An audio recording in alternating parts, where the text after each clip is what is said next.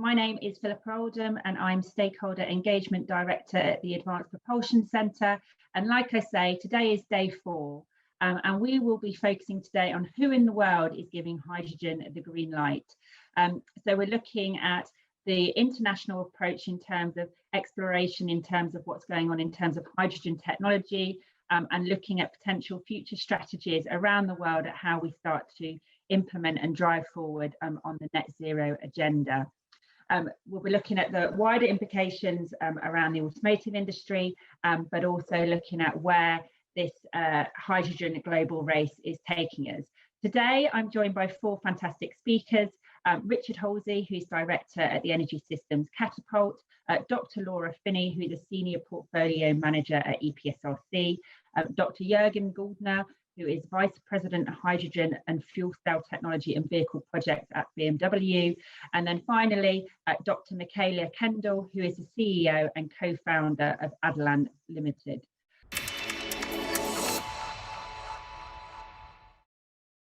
Just a big thanks from me to the APC and Philippa for inviting me today. It's great to be with you all virtually. I guess if nothing else, I must confess I can't quite work out if I really like being able to do these things from the comfort of my own home, or actually I really miss the sort of fresh coffee, pastries, informal catch-ups with friends and colleagues. But I guess this is the time in which we live. So if you could perhaps flick on to the next slide. Philippa was joking earlier how I'm going to be doing my best Chris Whitty impression, I think, kind of over the next 15 or 20 minutes. But yeah, my name's Richard Halsey. I'm Director at the National Energy Systems Catapult, and I lead a team of planners, engineers, modelers, data and social scientists. I've got nearly 2 decades of experience working in clean tech, decarbonisation and innovation in the UK and internationally. I'm also a member of the BEIS Hydrogen Advisory Council, previously led the National Smart Systems and Heat Programme, and I'm responsible currently for the Catapult's management of the BEIS Electrification of Heat demonstration project, and also a really wide and varied number of innovation projects looking at the development of integration of hydrogen as part of net zero energy systems, both at a global, national and local scale. So hopefully kind of some relevant experience and expertise to the topic that we have today. Perhaps move on to the next slide. For those of you that aren't familiar with catapults, and particularly the Energy Systems Catapult, we are one of a network of innovation centres across the UK that's supported by Innovate UK to help accelerate innovation and open up new markets. Now, our specific focus at the Energy Systems Catapult is on the opportunities that arise from the transformation and decarbonisation of our energy system. And today, as Philippa kind of outlined, I'm going to give you a bit of a short perspective on hydrogen as part of the UK's net zero future, but in that global context. Now, one of the sort of really key values or beliefs of the Energy Systems Catapult is the need for us to take a much more holistic and whole systems approach to thinking about how we transform our energy system and ensuring that we realise the potential benefits that could be on offer. And if you move on to the next slide, this tries to kind of articulate a little bit better what actually does that mean, because I've certainly found over the last couple of years that the mantra of whole system has become quite commonplace, quite widely used and applied, but sometimes it's really important to think about, well, what actually do we mean by that? And well, at the Energy Systems Catapult, what we mean is that we mean thinking about how we better connect the uses of energy that we have to its production, transmission and distribution, how we break down the silos that have existed across different parts of the energy system, including really importantly between electricity, heat and transport, and how we join up the physical requirements for change with that that's needed for policy and regulation. And also how we support the digitalisation of our energy future and ensure we realise the benefits of this, but also manage the potential risks. And if you move on to the next slide, delivering net zero means a vastly increased role for hydrogen in global energy systems. And that's something that's increasingly being recognised by economies worldwide. And Philippa kind of alluded to the wide range of projects that we're seeing start to happen globally in response to this. And the UK is no different. At the Catapult, we spend quite a lot of time thinking about what the transformation of the UK's energy system might mean, and the challenges and opportunities that this creates for government, businesses, and us as individuals. And we did some work at the end of last year using our whole energy system modelling environment titled Innovating to Net Zero.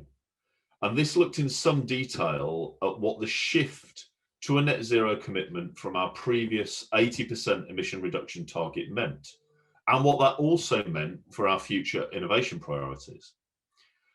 And this found it was now very difficult for certain sectors to hide in that final 20% when we had an 80% emission reduction target. And I actually think maybe quite a lot of sectors were really hoping that they would be able to land in that final 20%, and therefore some of the really thorny, difficult challenges and issues might not really need to be engaged with, or would be a bit of a problem further down the line. And the big shift to net zero means that obviously that space to hide no longer exists. And what that means for hydrogen in terms of the UK's energy system is that it could grow to represent up to 300 terawatt hours of energy by 2050. Now that's broadly equivalent to the size of our power sector today. So that is a radical scale up and change in less than 30 years. And quite often 30 years can seem like a really long time, but when you're talking about large scale deployment of infrastructure, actually decades can be nowhere near enough in some cases.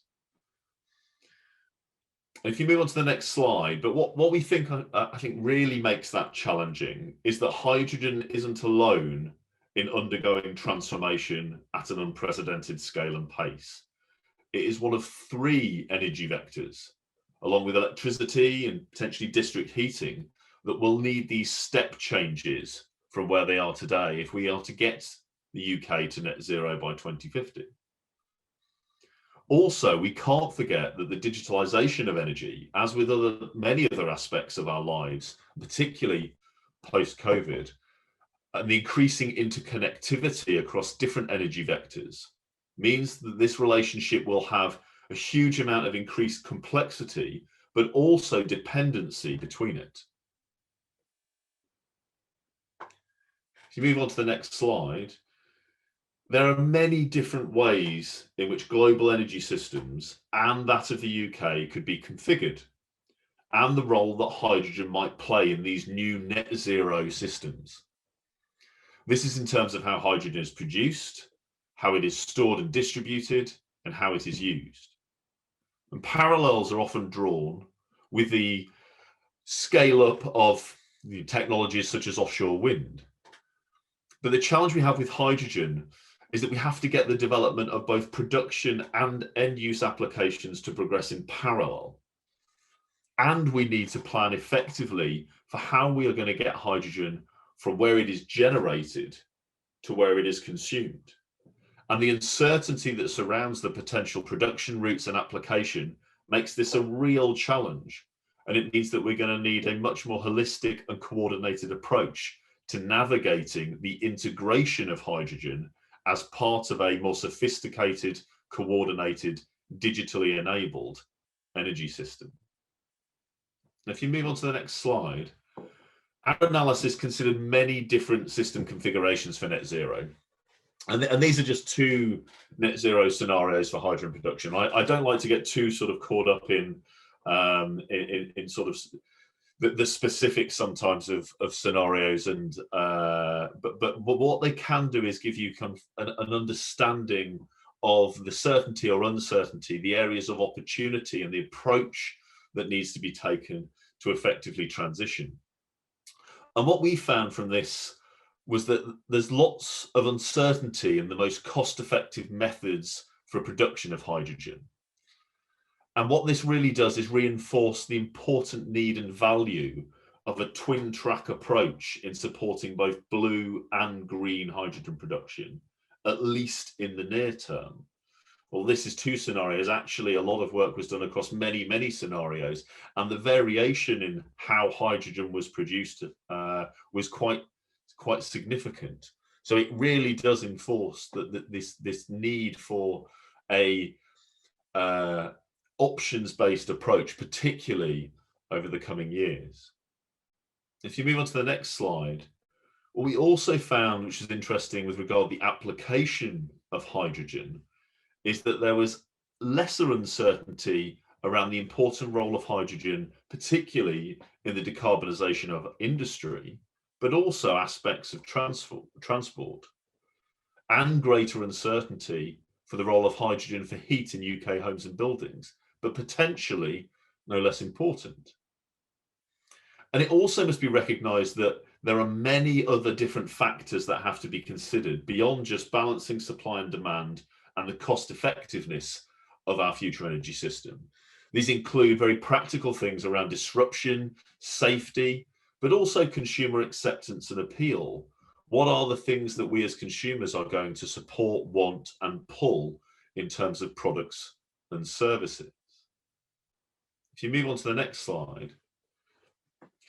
As Philippa kind of alluded, and I think as I said a little bit earlier, global economies, including the likes of Germany, France, South Korea, and many others, are increasing their commitments and investments to accelerating the production and application of low carbon hydrogen.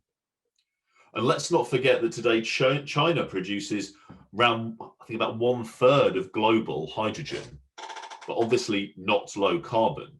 And that is the important fact. We need to scale up the production of hydrogen, and we need to ensure that that hydrogen is low carbon. If it's not, then the support for the scaling of hydrogen is ultimately not going to support our climate change and net zero commitments and ambitions. Now, it's great that the UK now has a 10-point plan. We've got an energy white paper which sets a commitment to 5 gigawatts of low carbon hydrogen production capacity by 2030. We've got a 240 million net zero hydrogen fund. There is a national hydrogen strategy on the horizon, hopefully by the summer. I think we perhaps thought we might be talking about today, but it's not quite there yet. And I'm really hoping that that's also going to be supported by a world-leading hydrogen innovation roadmap, or the commitment to that roadmap. I have to be honest, I'm not really sure if hydrogen is really a global race of some sort, perhaps more a global challenge to be tackled together. But if it is a race, I think it's fair to say that the UK has perhaps at least now got its running shoes on. If you go on to the next slide, the reality is, which again I think Philip alluded to, there's actually quite a lot of things happening and starting to happen across the UK.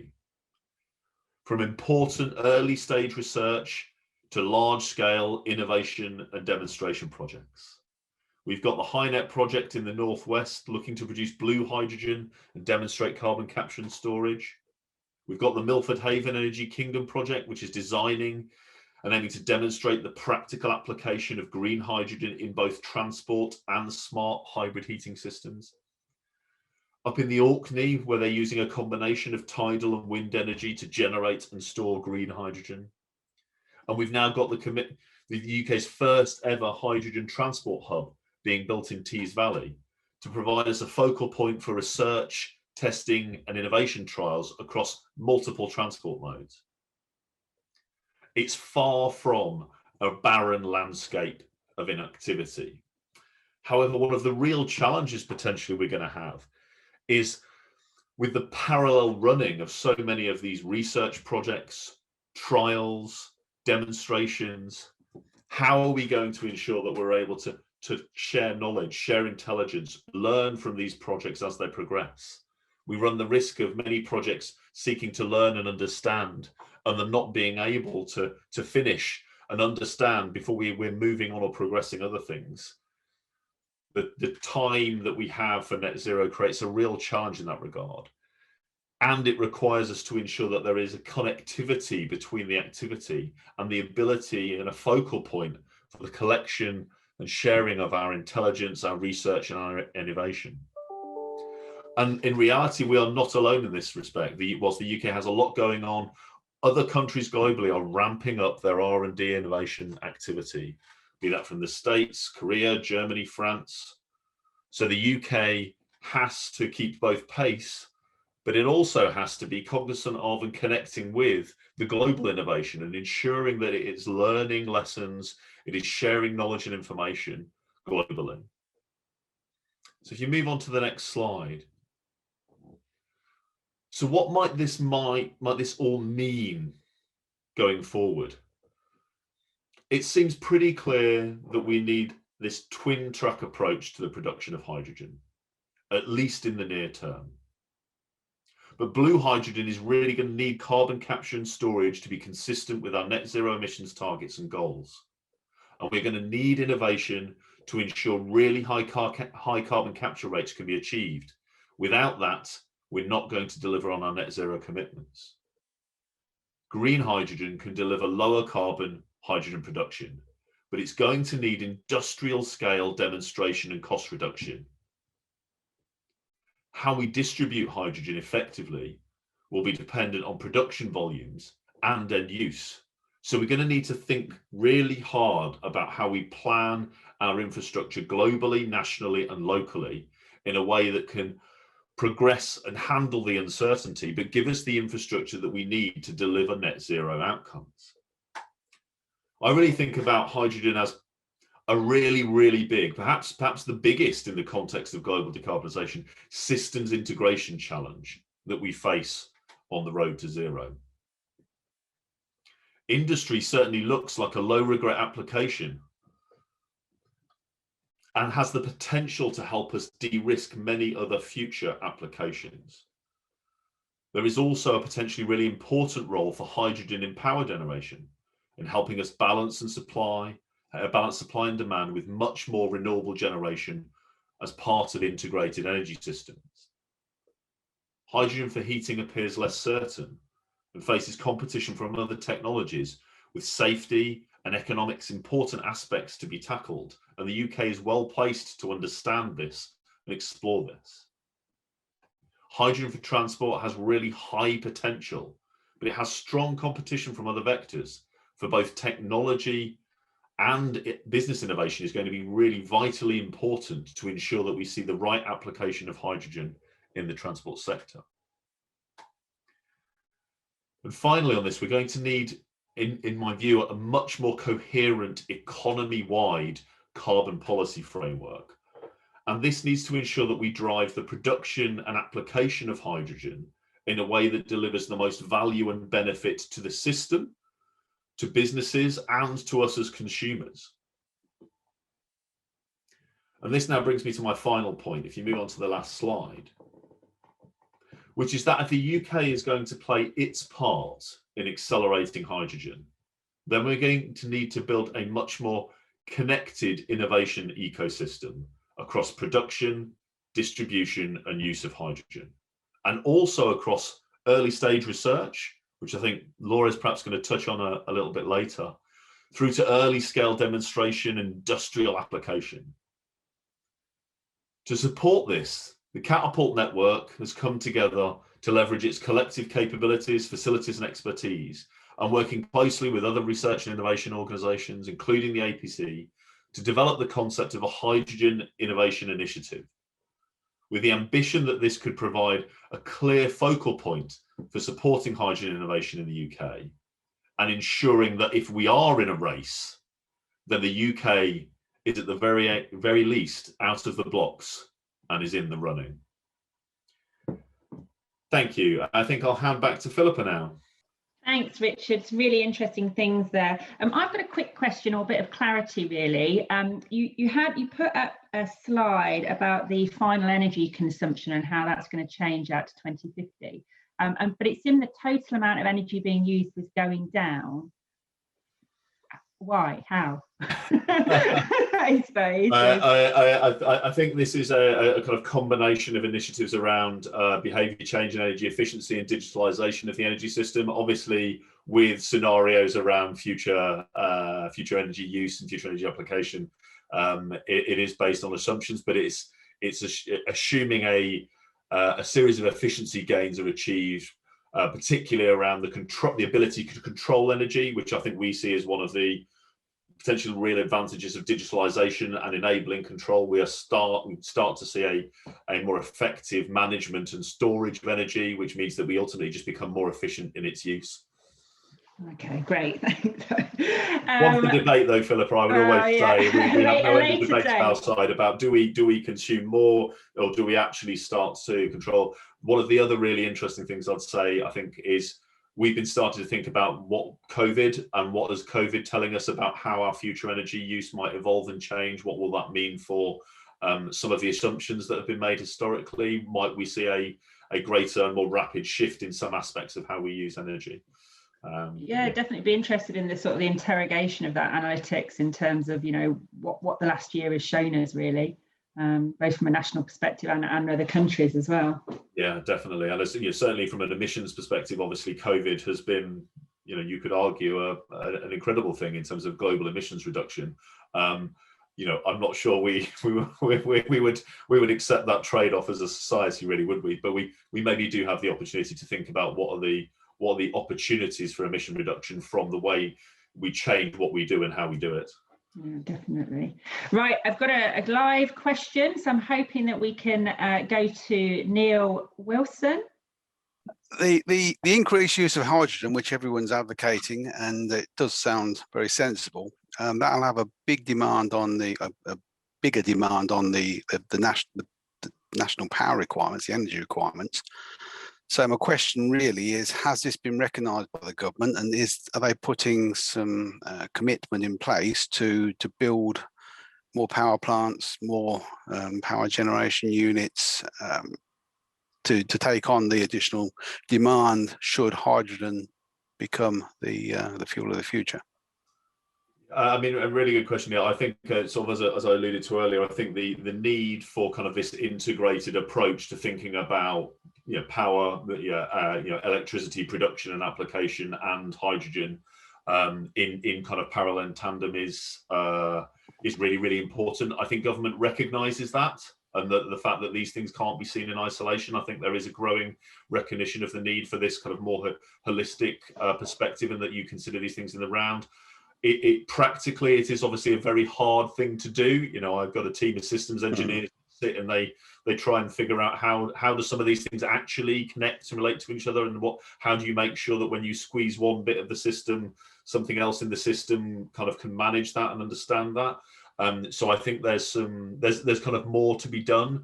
And I think there's probably more to be done both on the kind of physical aspect of how we design the future energy systems, but also a hell of a lot to be done on the policy and regulatory environment that we create to enable that to happen. If we create the right conditions, in my view, then those things can stand the chance of being successful. But it's not going to be easy. I think, as I said at the start, we certainly foresee the significant growth of the kind of electricity sector to get us to net zero, and doing that in parallel with the growth of hydrogen is one of the big challenges. And this dependency, as where we're maybe producing hydrogen to then go back into production of electricity, or we're taking electricity and we're using that to produce hydrogen because we're using hydrogen as a storage mechanism, is a real complex, knotty challenge. So it's not easy. But I think it is recognised as a need and a challenge by government, in my view, anyway. Yeah, thanks, Richard. I guess the follow-on question from that is: do you see nuclear power being a way to fill that gap? I certainly think from our analysis, we see that there is a potential role for nuclear in the production of both heat and hydrogen. It is an interesting prospect, the role of nuclear, and certainly the form of nuclear as well. With talk about advanced nuclear and SMRs, etc. There certainly is something important to be looked at, I think it's fair to say, particularly on the cogeneration side. there's a kind of interesting concept of being able to use nuclear to co-generate both district heating and the production of hydrogen, to be able to effectively switch between the two, which could be a valuable thing within a net zero future. Recognizing also that obviously the debates and perspectives on nuclear in the round as well. Thanks, Neil. There's another question from Paul Gallen. Paul's had to drop off, unfortunately, to another meeting, but he was asking, are there going to be any incentivised programmes of support to firmly root manufactured systems for the hydrogen revolution in the UK? Examples such as household boilers, fuel cells, hydrogen tanks, pipelines, valves, etc. Just if you've got any insight on that, Richard. I think it's one where I'm not sure I've probably got too much insight, but I certainly know there's a lot of people looking at it. Sort of with the colleagues at the High Value Manufacturing Catapult, our catapult's involved in a concept for a national centre for decarbonising heat, of which the potential for manufacturing around different aspects of decarbonising heat, including things like hydrogen boilers, is a kind of an important component part. So I certainly think there is opportunity, and there's a bunch of activity looking at that. I think again, if we are going to root that in the UK, it does require quite a strong commitment and a strong investment to create the signals and to create the conditions for that to happen. So I think we're going to have to see how the government decides to kind of support that and bring that forward. I think the final thing I'd say is I do think it's quite important in terms of that creating a quite cross-cutting, given the uncertainty in terms of application. We need to have quite a lot of activity across a range of potential applications and different forms of production to stand the greatest chance of success. And we also need to, I think, seek to exploit the UK's kind of knowledge and people capability to some extent. We are, we've got an incredibly kind of expert, a group of businesses and individuals that know how to make things work, how to handle gas, how to manage gas, how to operate gas systems, which I think is potentially valuable globally. So we need to be making sure that we're also leveraging, exploiting that. Lovely. And I don't know, Barvik, are you there from the APC? I see he's popped a question. I'm putting him on the spot now to see if we can get him to ask it live. Thank you, Philippa. Thank you. Hi, wonderful. Richard, thanks for all this. So, as you know, at the APC, we're loving this this topic because it's very rich. It's important, as you know, not for transport but for UK energy as a point. Maybe I just wanted to bring up a topic which is quite fresh and interesting for us. It's our self-sufficiency in generating green hydrogen, electrolysis scale up, versus importing it. Now, what's really interesting about this green hydrogen aspect is when we take the solar and the wind from places that are better than the UK, and say, for instance, Chile, they can get it to us at sensible cost curves from the McKinsey work that's been done by the Hydrogen Council as well. So how do you see the mix of import versus export that maybe we, and this is a crystal ball gazing question, Richard, I get it, and I thank you for already your quite well-crafted your caveats there. So what's your thoughts, Richard? Yeah, Barry, thanks. I think it's probably one of the most interesting kind of debate points as much as anything, and it's probably as much about what do we see as a good energy future for the UK in terms of kind of global connectivity and also dependency. And some of it will be about do we want to create conditions by which we're importing, and that we create the effective and efficient an ability to import effectively kind of a global commodity, very much I suppose as we do today, and to what extent do we want to try and create the conditions for greater kind of energy independence. And I personally think there's kind of pluses and minuses on kind of both sides of the fence, and I have to be honest, in my view, I'm not quite sure. I have a sort of very personal, sort of deep-rooted kind of potential leaning towards kind of energy independence, but that's probably less of a catapult's position and more of a personal position.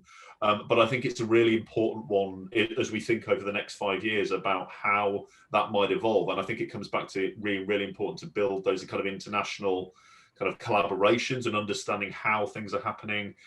I do have some concerns that actually we build high volume hydrogen production, but actually it isn't net zero hydrogen.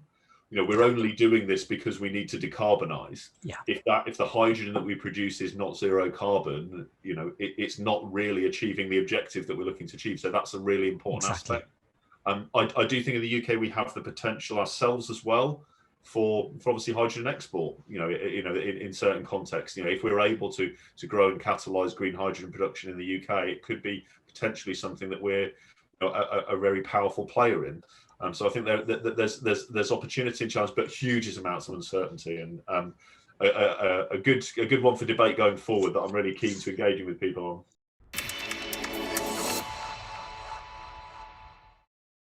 Thank you very much for inviting me to speak today. So as I've been introduced, I'm Laura Finney. I'm a Senior Portfolio Manager at EPSRC as part of UKRI. And I work in the energy theme, looking after the hydrogen and alternative vectors and fuel cells portfolio. I do have my finger in a number of pies across UKRIs. I also work on the Industrial Strategy Challenge Fund, Industrial Decarbonisation Challenge, which is primarily looking at bringing the industrial clusters to net zero by 2050. And just for transparency, I also wanted to point out that I am actually currently on a part-time secondment day a week into the Bayes Hydrogen Economy team. But I'm here today in my capacity as EPSRC, so I won't be answering any questions on behalf of Bayes. So for those who are less familiar with UKRI and the structure in which EPSRC sits, I just wanted to give a quick background. So UKRI was formed in 2018 on the back of the NERST review in order to bring all of the 7 research councils, Innovate UK and Research England together to provide a greater strategic vision for UK science and a stronger voice into government. So EPSRC is part of the kind of umbrella organisation that is UKRI.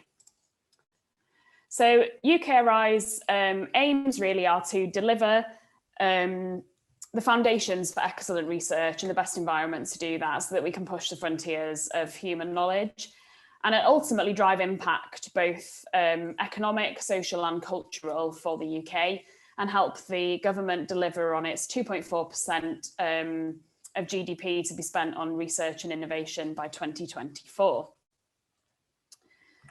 So EPSRC is obviously a constituent part of UKRI and is the largest funder of university research in the UK, with over £4.6 billion invested in research and training in the engineering and physical sciences remit specifically. 57% of our portfolio is collaborative with industry or other partners, and 55% of our portfolio is multidisciplinary as well. And we've primarily focused on the kind of TRL 1 to 4 range. So our portfolio is very broad. It covers all kinds in the engineering and physical sciences space, from the obvious engineering, physics, chemistry, all the way through to maths, cybersecurity, digital economy, a few others, and of course, energy, which is where our hydrogen portfolio sits. Although it's really important to note that although it sits within the energy theme, many of the other disciplines mentioned here have impacts on hydrogen as well and perform research in those communities, which is highly relevant. So the EPSRC energy theme mission really is closely linked to the government's ambitions to meet net zero by 2050, which are now in law.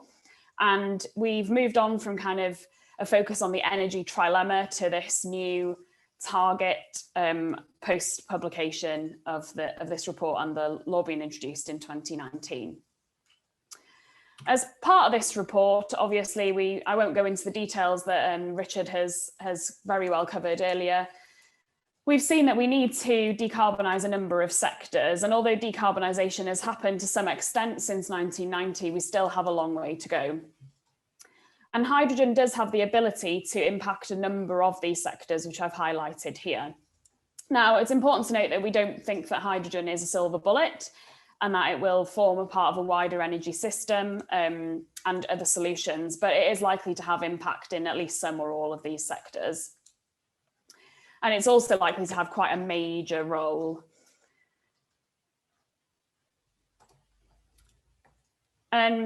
Richard's covered this earlier a little bit as well, but obviously in order for that to happen, we need quite a lot of hydrogen. and a shift to low carbon hydrogen production, as he rightly said. And we as an organisation are quite supportive of the twin track approach for blue and green hydrogen. And obviously the UK is uniquely placed in targeting both blue and green hydrogen as part of the twin track approach, but also support other kinds of hydrogen generation technologies also. So our current priorities reflect this move to the 100% reduction in emissions target. So we have a priority in net zero and decarbonisation, but also we recognise that we do need to take a systems approach and think that, you know, research has a really important role to play in this landscape as well. So what needs to happen?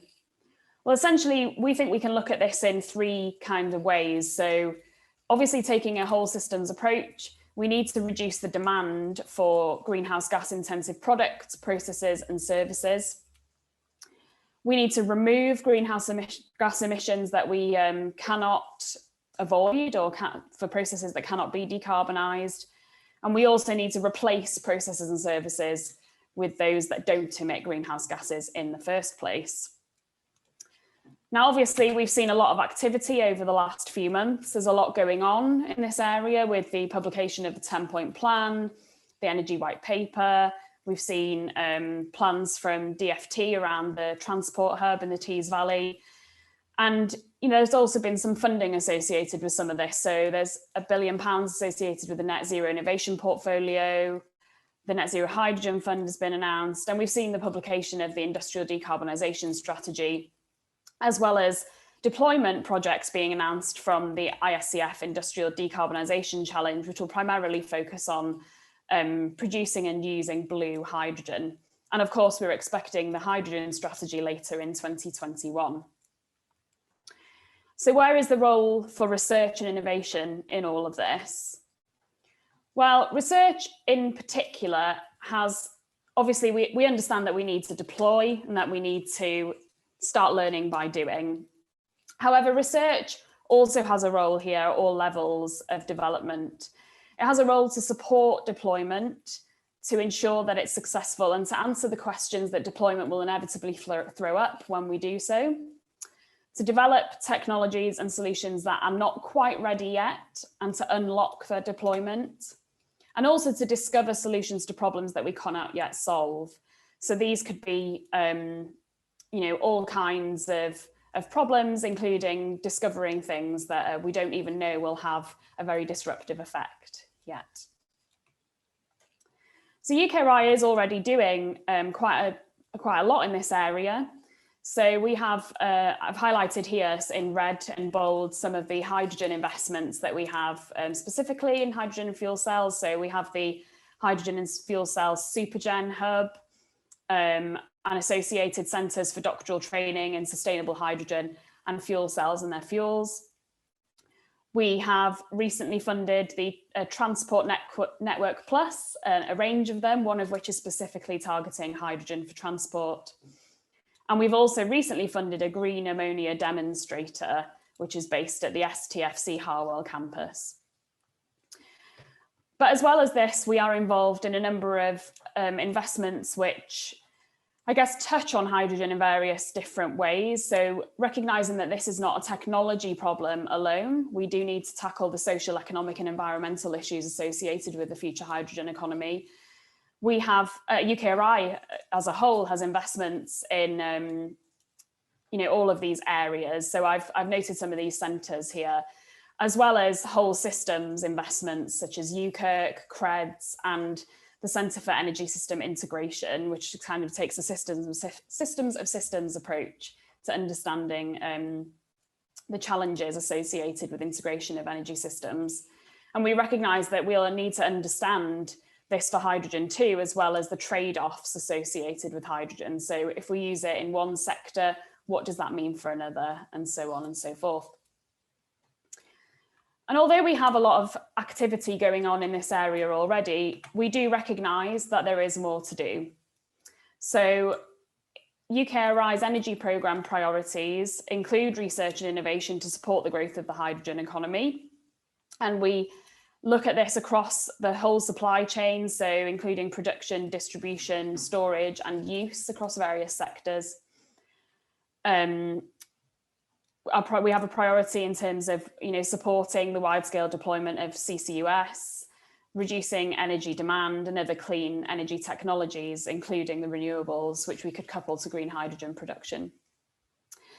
And as such, we are working in partnership with a number of other stakeholders to develop strategies and plans in various areas. So we are engaging with BEIS, the Department for Transport, the Energy Systems Catapult, and others, and Ofgem, to name a few, on our hydrogen strategy. We're engaging with decarbonising transport with the Department for Transport, and we're very looped in and engaged with the Tees Valley Transport Hub activities, and are trying to understand how the research can support that, as well as others, and obviously looking at whole systems approaches as well. But not only that, we are also looking at increasing our own environmental sustainability of our operations, activities and programmes, obviously trying to practice what we preach. However, we are in uncertain times in the UK, and so a forward look for UKRI is somewhat difficult at this moment in time. This is a time of high pressures on public spending, and we are preparing for various outcomes across the whole of UKRI on the back of the spending review in November. Although currently we are still uncertain about what this will mean for UKRI and for EPSRC. So we just continue to engage and have those conversations with various stakeholders while we wait for this outcome in order to plan for the future. And finally, I just wanted to touch on COP26, which is obviously the big event of the year later in November. Just to say that UKRI are shaping a submission for the event at COP26 in relation to hydrogen in particular. It has been identified as one of our priorities, and we are seeing this as a point in time. So we will be engaging with events before and after COP26 as well, especially with international partners and networks such as the Decarbonate Network, and others, and potentially looking into having an engineering net zero showcase later after COP26 as well, although I must add that that's not quite confirmed.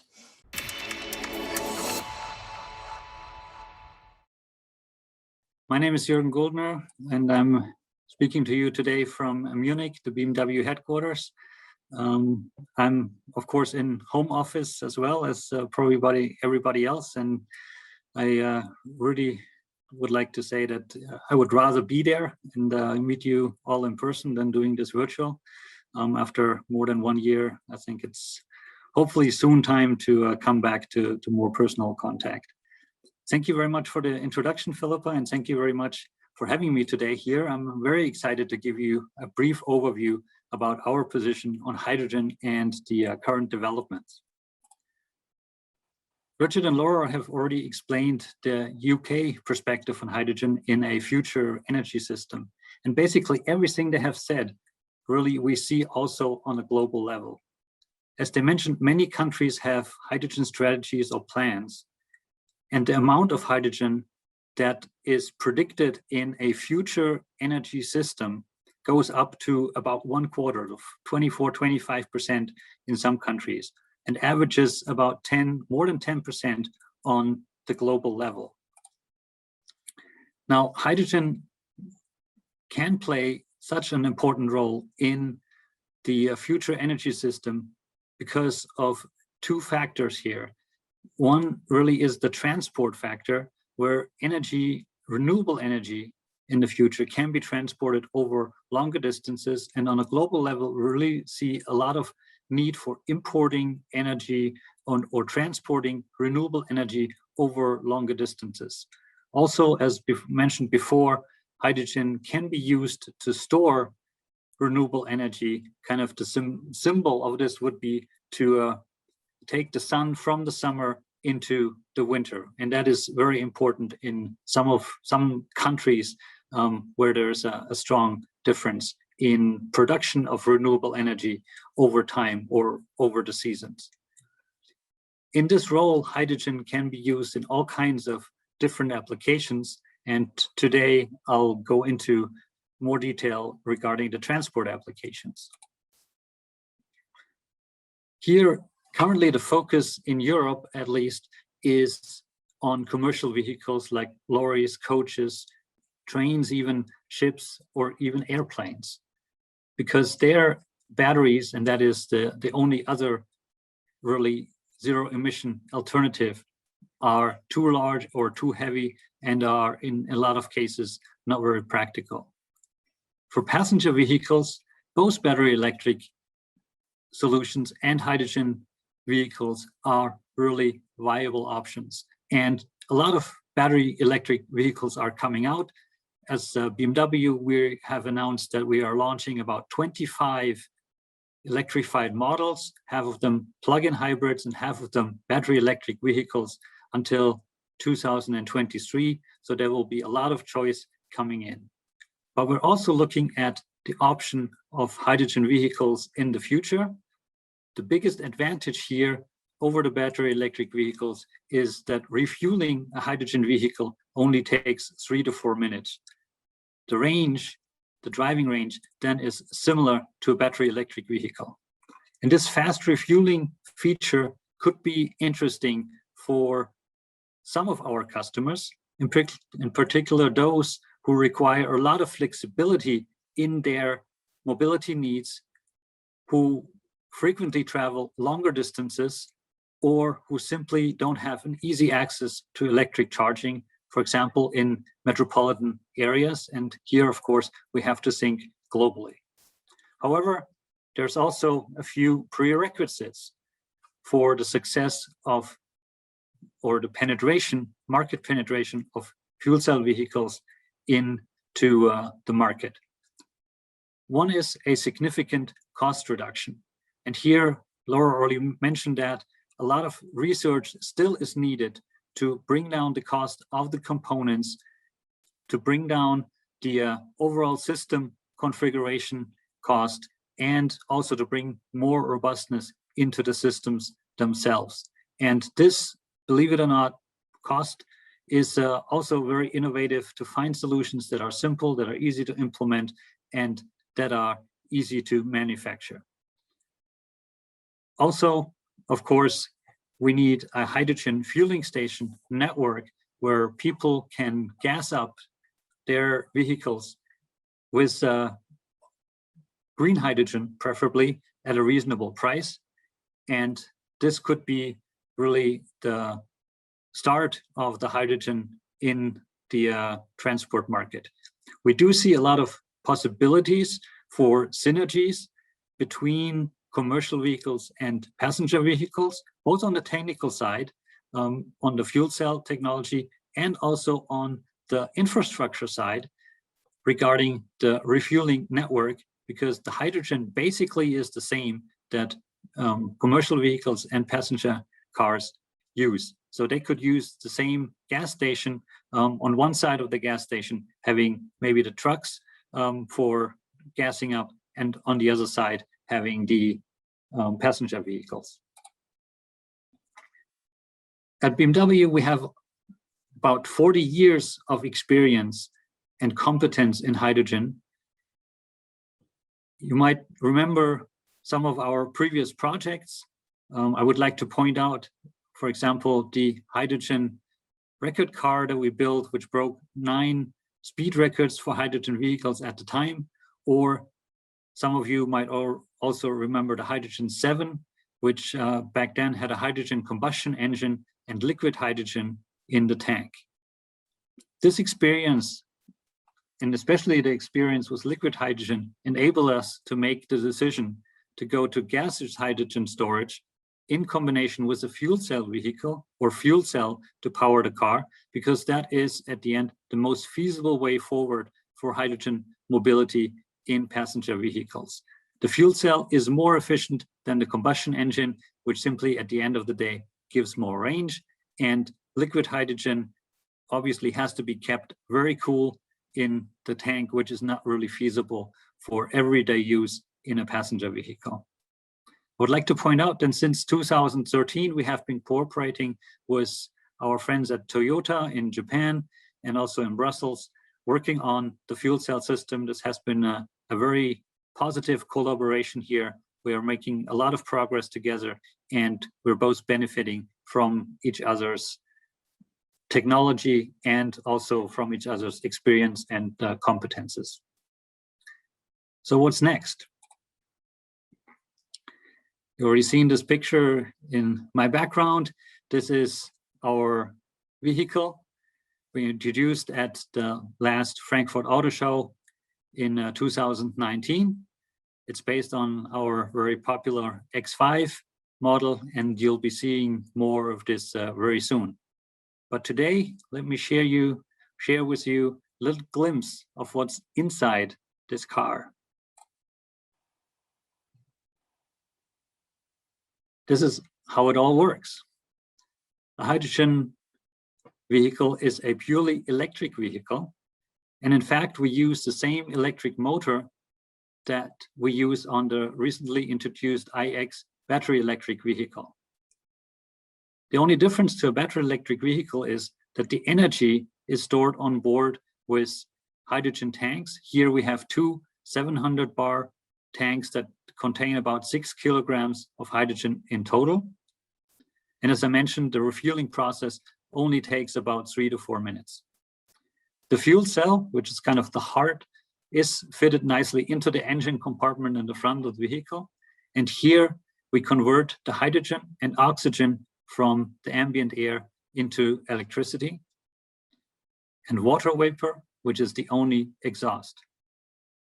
We use a small high power battery for extra dynamics and for energy regeneration while braking. And I'd like to mention and thank you very much, because this battery, in fact, was developed as part of the APC program. And the battery modules are actually delivered from the UK. That's all for now. Thank you very much for having me today, and I'm looking forward to the discussion.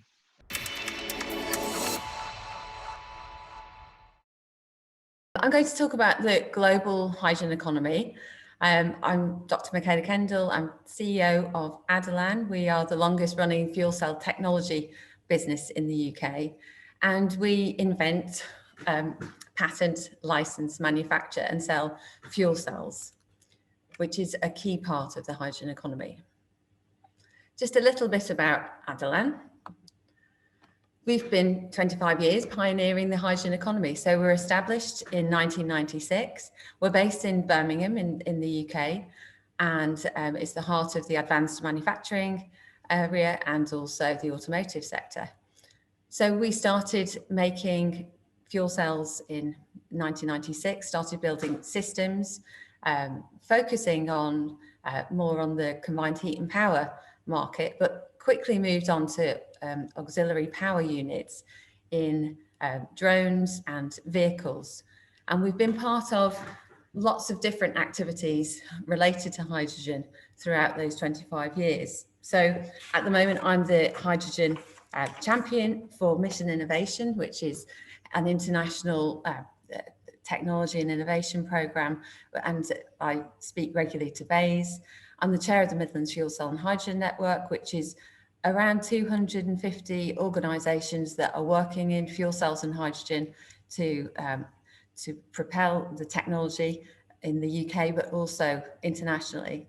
I'm a member of the Department for Transport Net Zero Board for Transport, and also the Midlands Engine Hydrogen Technologies Leadership Team and the Business Council. And I'm working with the West Midlands Combined Authority and the LEP. So we're trying to put fuel cells and hydrogen into the Commonwealth Games, which is coming to Birmingham next year, and also leading on the COP26 hydrogen activities, as well as putting a fuel cell for the first time on the HS2 project, which is the high-speed train project in the UK, which is one of the largest European infrastructure projects. So 20 years ago, one of our co-founders founded the EPSRC Fuel Cell Centre at the University of Birmingham. So it's good to see that mentioned. And also I was involved in the industrial decarbonisation challenge, writing that about 3 years ago.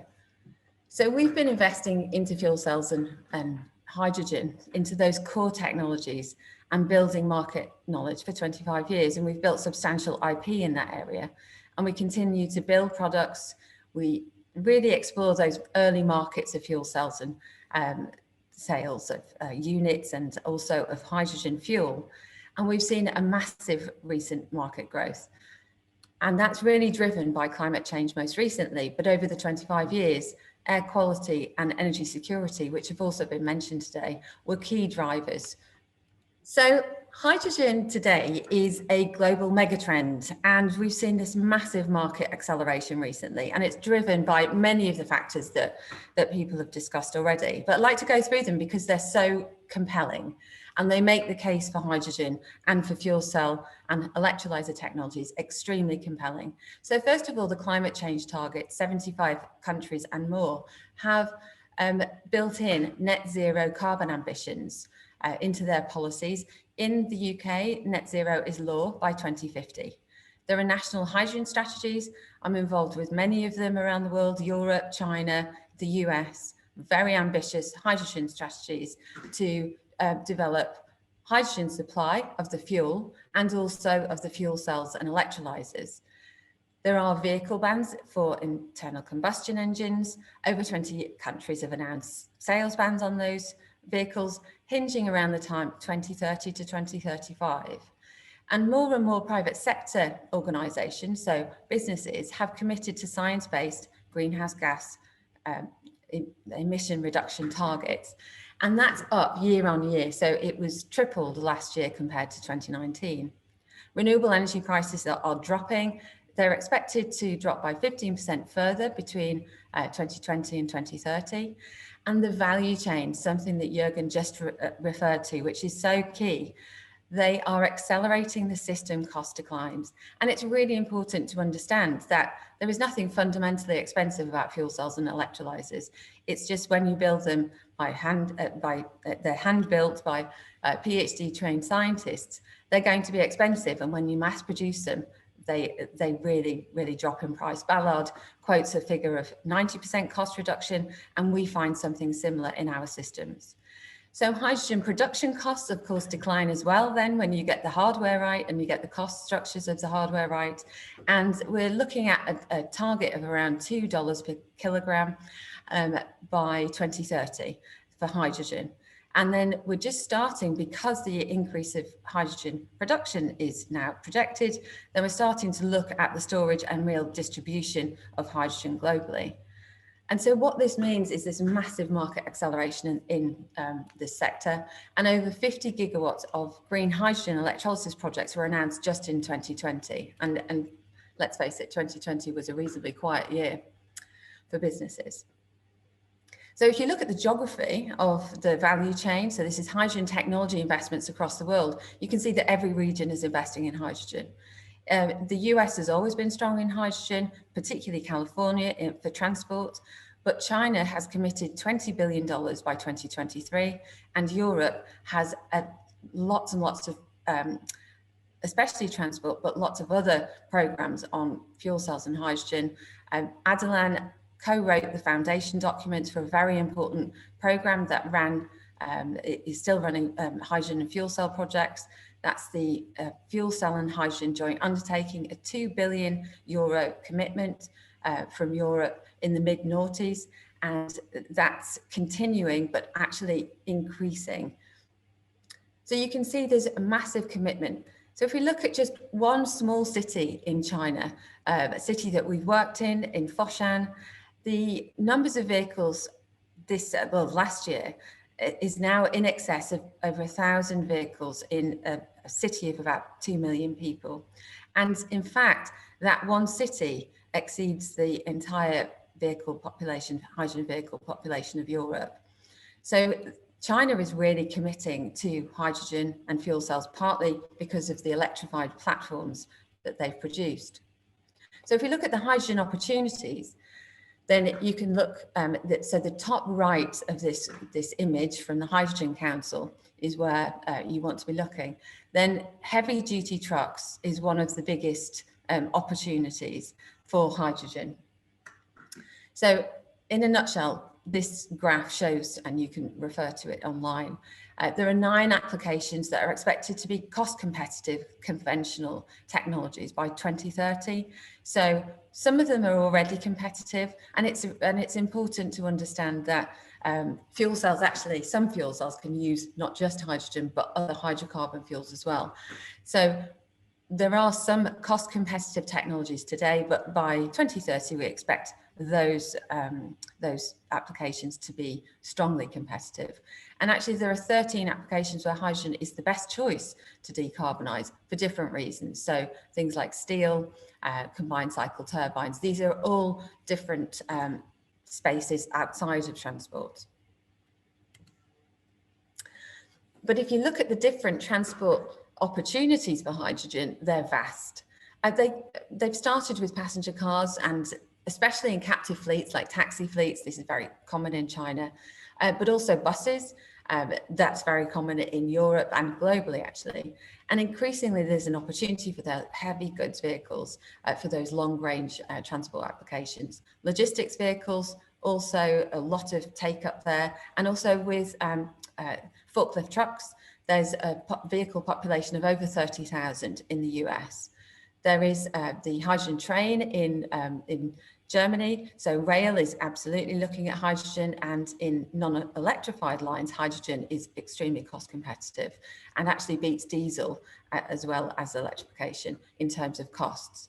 If you look at airplanes and drones, of course, there's an ambition and an appetite for hydrogen to propel planes, and there are many programs looking at it. But marine is also a very huge opportunity to reduce, to decarbonize. So there are obviously lots of other applications aside from transport, like portable goods for recharging.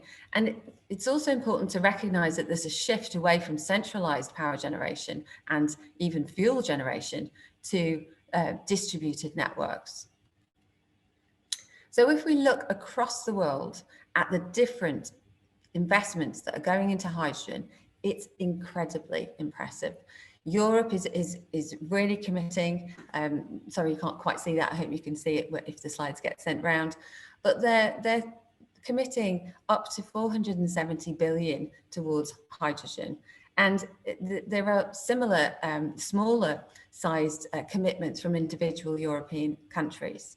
The US is at the moment establishing its very ambitious hydrogen strategy and working through the different options.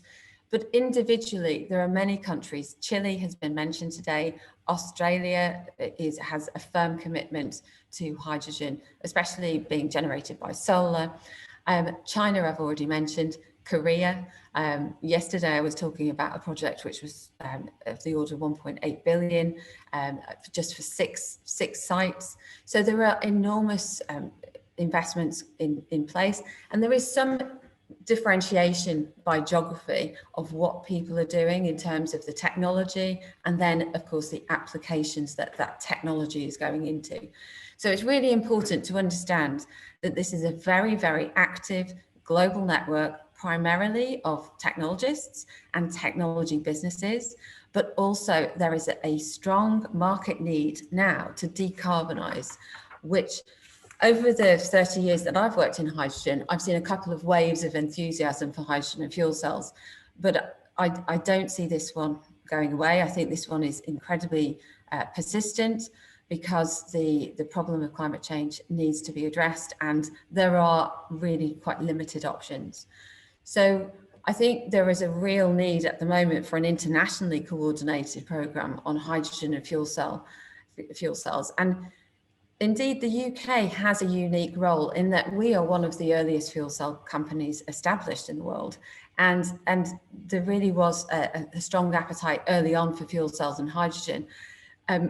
People may find it familiar that the technologies have not been particularly invested in or commercialized, and that's a common problem in the UK. But I think that can be addressed very, very easily with investment, and that needs to be targeted in a way that allows businesses, as Jürgen said, to focus on how they scale up these technologies to deliver both the technologies and the hydrogen fuel into that marketplace. And that's really behind most of the strategies that we can see. So just briefly how Adelan is operating. So if people are interested in discussing hydrogen and fuel cells, we're very open to having a discussion. We really synchronize supply and demand of hydrogen technologies across the markets. We focus on technology, but we really want to solve customers' problems. That's what we try to work through with the customer. And that includes vehicles. So we do product reviews and look at designing fuel cell trials, look at competitor costs and benefits, and look normally compared with diesel. So that's in terms of fuel, CO2 costs and health and safety. We look at suitable installations, benefits validation and advocacy. So it's important to have all of those roles in a voice into government, but also internationally. And the code standards and insurance and health and safety documentation is absolute must. But what's key for us is looking for rollout opportunities. The market analysis and knowledge that we have really allows us to understand which are the first opportunities and develop exploitation plans with customers. Because fuel cells are confusing for most people. People have a limited awareness, but they come in different flavors. So there are solid oxide fuel cells and PEM technologies and alkaline fuel cells. So there are different ways that people can confuse you. So what we like to do is demystify fuel cells by simply saying you take a green fuel and a fuel cell, and it's a chemical reaction so that you can avoid the thermal and mechanical losses that you normally would experience using a mechanical process. So, as I said, green gas technology, and in our applications, we're normally recharging a battery. So that may be on a vehicle, that may be in a stationary application, it may be in a portable application. Essentially, we're just powering up that battery. But we also produce some heat. So that can be used for heating, space heating, water heating, but also for cooling down, for refrigeration. So it's important to understand that fuel cells come in these different flavors, they have different benefits, and it's important then to match those benefits with the application. Today, the UK hydrogen market is small, and but it's growing. You can look at this slide at another time in more detail. But today, the hydrogen economy is moving. The Midlands has particular strengths, and we're really interested in working in the transport side. We've got some great opportunities to work with businesses like Wave Industries in the Midlands to develop heavy goods vehicles with an electrified platform. Wave Industries already makes electrified vehicles. So I'd like to welcome all my speakers back to the virtual stage. And now we're going to hopefully go to a few questions. Some of them are live. I know some people haven't got great connections, but we're going to try and start first with Derek Young. Derek, are you there? Oh, yes, yep. I think so. Yeah, I can hear you. Okay, good.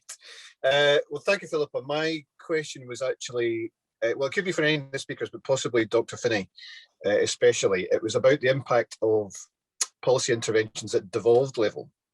A lot of the chat so far has been about UK policy development, but the Scottish Government adopted a hydrogen policy statement in December. There was then a debate about it in the Parliament in February of this year. And who knows, that might prompt Wales and Northern Ireland to look at doing something similar. Now, obviously, energy policy is reserved to the UK Government and Parliament, but there are some aspects of implementation which are devolved. So things like planning, economic development, investment and support through procurement practices. So I just wonder if that's something that's on the mind of the panelists, what impact they think it might have, and will there kind of be a potential for almost a sort of virtuous circle of the more different governments and public agencies talk about it, the more it raises its prominence, the more different solutions are debated and perhaps even tested out in different parts of the UK to see to what extent they work and what infrastructure is needed to make them work. Laura, do you want to come back with that first, and then, or then Michaela? If... Yeah, that's absolutely fine.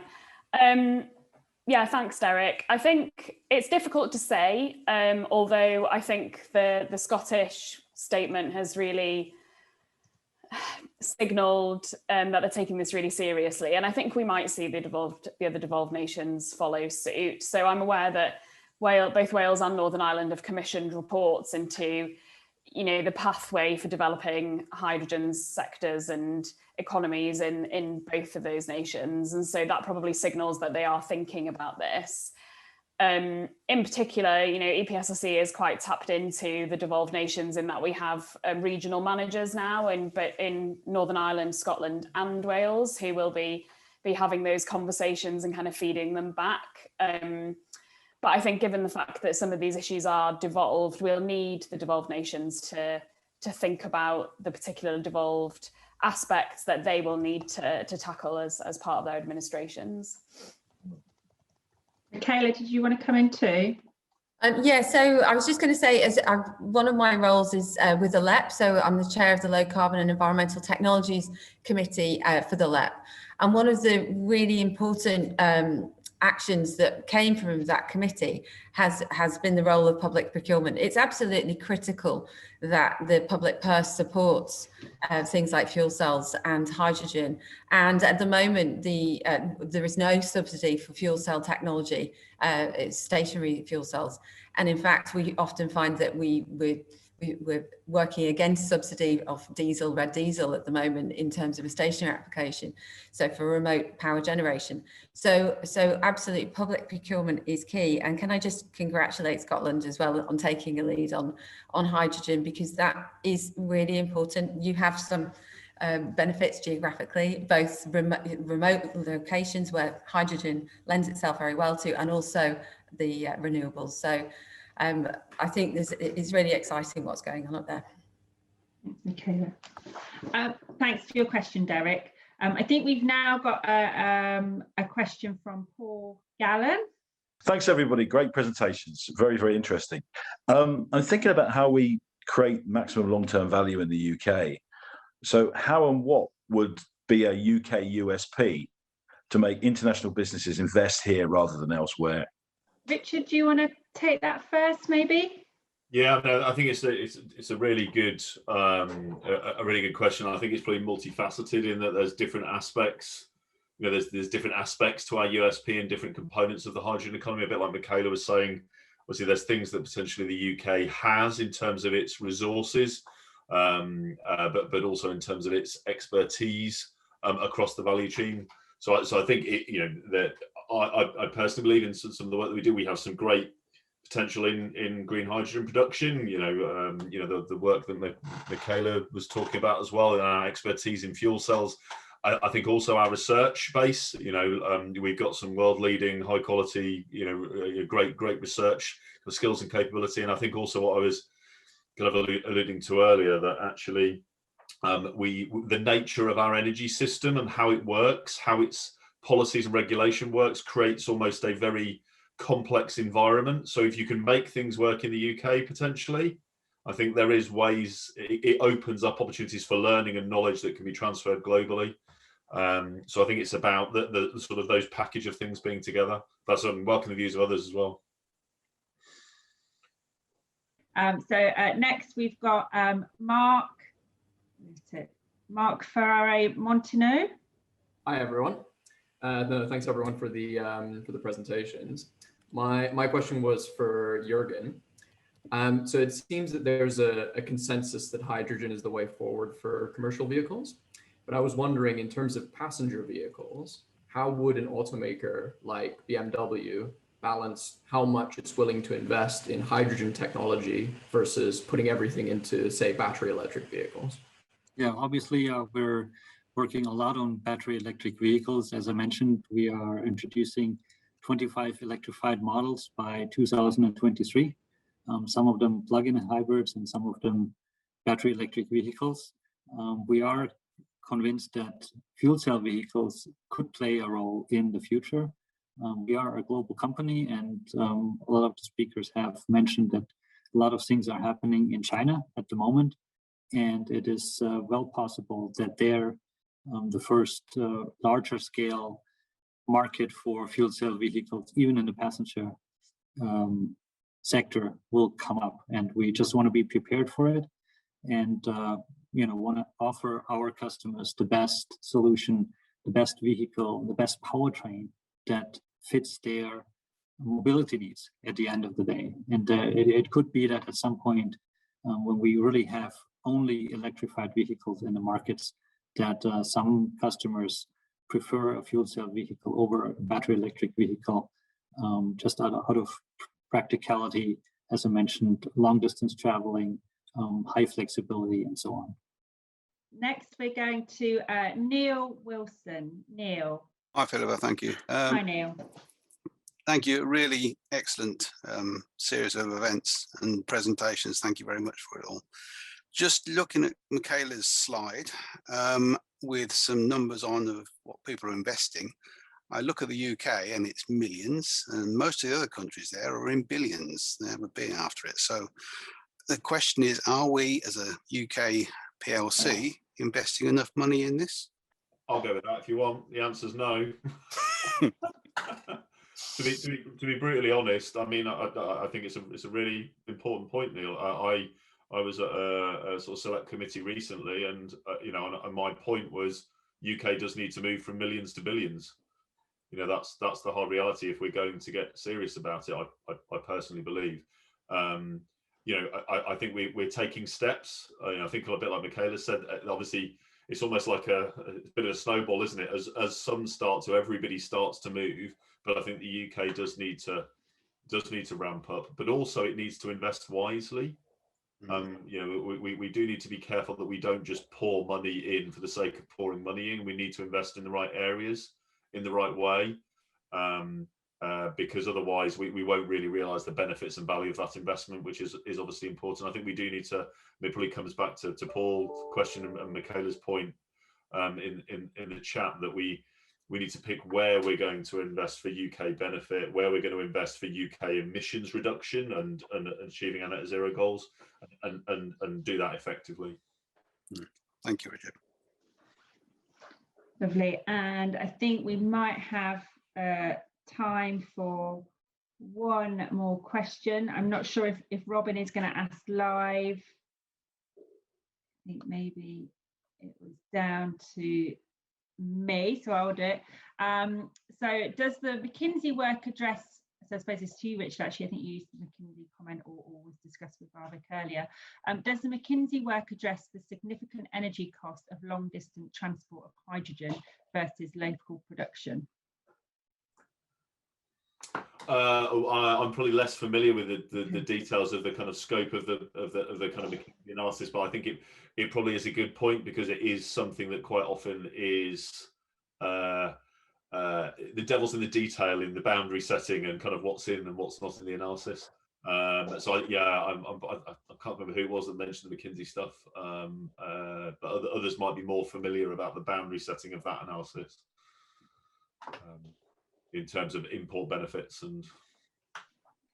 Go on, Michaela, have you got? Sorry. Yeah, I mean, it does include it. Yeah, so yeah, it does include it, and they've had to think about everything, and that's quite unusual actually. We never developed our energy system based on thinking, overthinking everything. But yeah, they have included transport costs as well. Jürgen? Yeah, from what I remember from the McKinsey study, the transport over thousands of kilometers really isn't that expensive. It's the same as natural gas today in pipelines, and it's much cheaper, from what I remember, than transporting electricity over that distance. Thanks, Jürgen. And so I think to wrap up the session, I know we've got a couple of minutes and these things can overrun. I'd just like to say a huge thank you for all our speakers today and for the entire week. Actually, we've had some really good sessions and they've linked together very well. So if you haven't managed to join us on previous sessions, please go back and when we send the links out, look at the recordings. Thanks to the speakers, you've been brilliant. Thanks to all the attendees. I know some of you have come each day, so I appreciate that, but I also know that a lot of you are new to the session today, so really good.